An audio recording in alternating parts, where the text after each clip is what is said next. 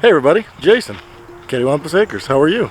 Going to take a look around, see how everybody's doing. We did some moves the other day, if you watched our last video. What's up, Ollie? You just happy to be here? Miyagi, he is all about these women right now. These women goats.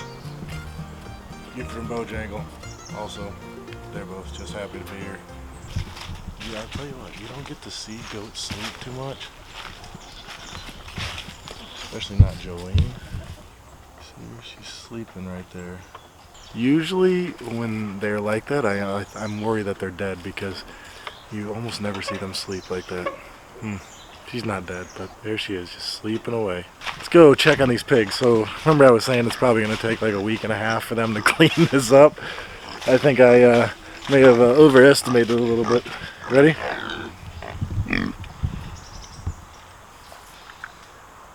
It's been 3 days. 3 days. Well, hello, ladies. Bertha. Ugh. Why do you stress me out so much? You probably can't see it, but over there's a water dish, and I can see it's sitting on one of the wires, which then in turn grounds out our electric. So let's we'll take care of that. Yes? So this is going to be where we're going to do this water workshop water issue situation. But the pigs appear to be already taking care of some of it for me. They may have a dugout already, but as you can see, this is where we're having the water issue. That was a compost pile. Not really anymore. That was a compost pile over there. Nope, not anymore. It's almost like they're like escape artists that plan things out. Because yes, I understand that they get thirsty when they drink the water immediately. And then they put it on top of the wire. It's like they know what's going on. Here, back up. Back up. Sun hemp is looking great. Yeah, I'm excited.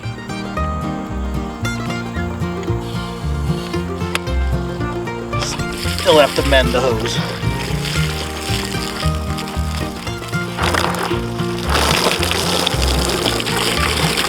I don't think this is how they're supposed to work.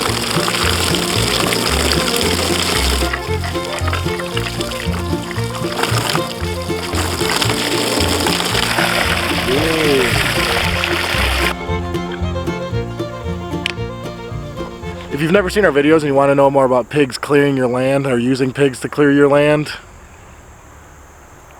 this used to be like brush and woods right here. Pretty cool. This like 70-foot long garden used to just be grass.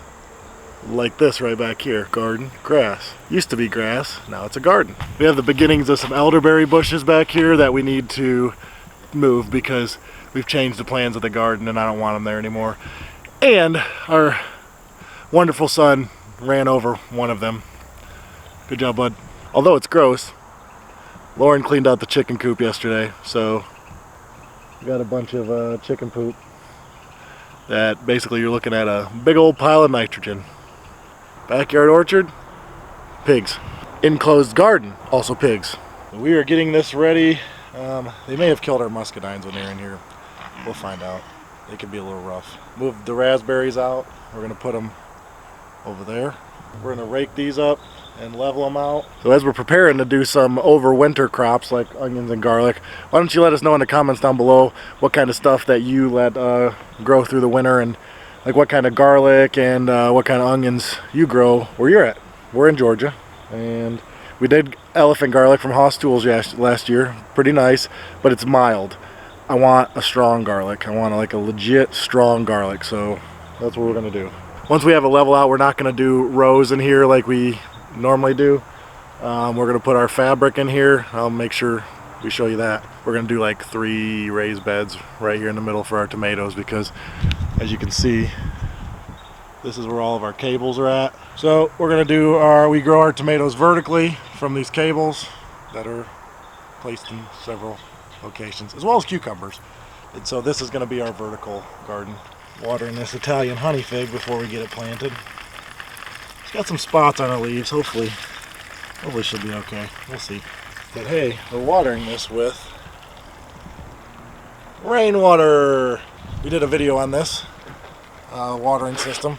This is a big old tote, and eventually I'm just going to pipe this all along the orchard here so we can water all the trees. And if you're wondering about the flow from our water retention, not an issue. You know, our brown turkey's doing good so far. Stuff we just got at the garden center, need to plant these. Those are doing good. We put those raspberries in the ground, and our goji berries. I don't know what a ripe goji berry looks like. So if we get 1 like on this video, I'll eat a goji berry that I don't know if it's ripe or not. Ready? Give me 1 like. Okay, that's 1 like. I don't know if it's ripe or not, but it's got sort of squishy. Thank you for the 1 like. Time to eat the goji berry.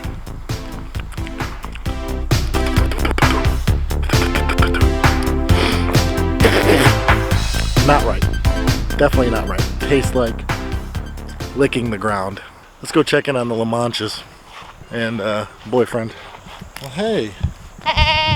Hey, Loons. Hey. Baruch. There she is.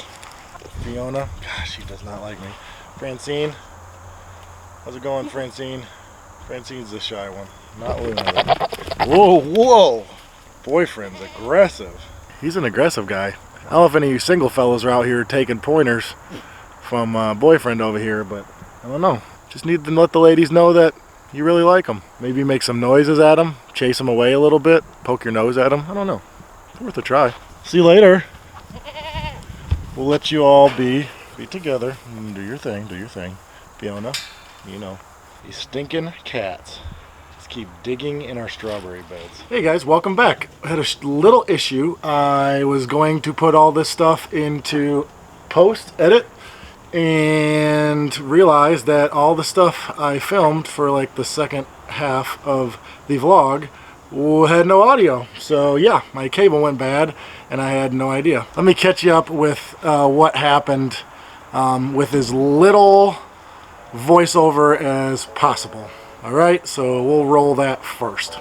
So I had to move the shed into place first. I had worked on it away from the fence, but needed it up close because we're eventually going to just have the goats go in the back part of the barn there. I used a huge pry bar I have, pretty heavy duty thing. Using that I was able to shimmy the shed into the place that I wanted it, into its final resting spot there.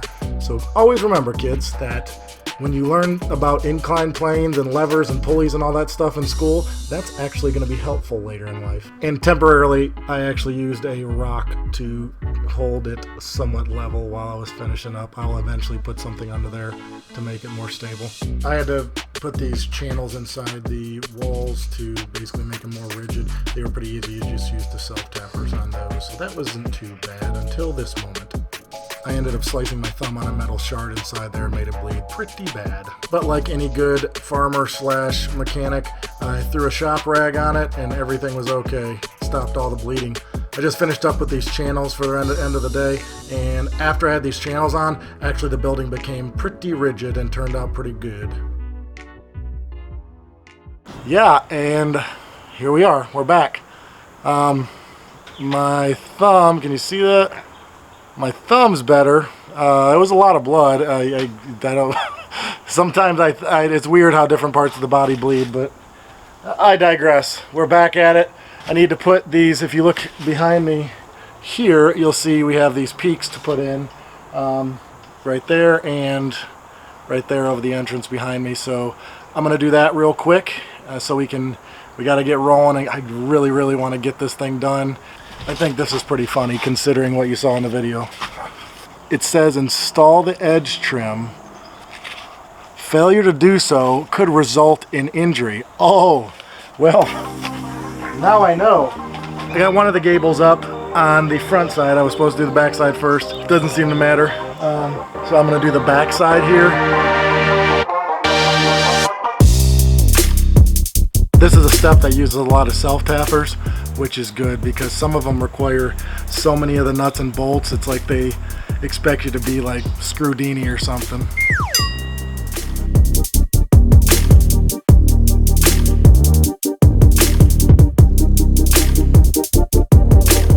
Gable done, other gable done.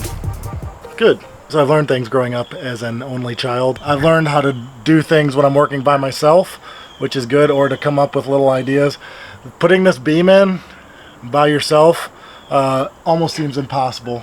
So in order to hold it up while I'm putting bolts in, you can see that I use just a galvanized screw that goes all the way through, and I did it on both sides. So that allows some flexibility and allows me to put the bolts in without this dropping on my noggin right here. Okay, well, I got the beams in. I learned a few tips that I'm going to share with you just in case you're building a shed like this one or this one specifically. I'm sure there'll be some head dingers on this at some point. I'm going to have to figure out some kind of warning sign for myself for the early morning milkings. One thing to remember is when you're putting up beams that are close to the roof, make sure the slope of the roof goes the correct angle. Middle beam, same way. Same thing over here. Just make sure your angles match before you install it and have to do that again. And like I said, if you're working by yourself, use some kind of nail or something to hold them in place. But I can honestly say this is really getting pretty sturdy for a flimsy $150 shed kit, or in our case, milk barn. I think now that we have audio, I need to get inside, get this video together, and hopefully on Sunday I'll show us putting the roof up. But for now, if you're not a subscriber, if you like this video and you like our other videos, consider hitting that subscribe button down at the bottom and the bell notification so you can keep up to date with everything we're doing here on the farm. If you like this video, give us a thumbs up. We gotta be quiet.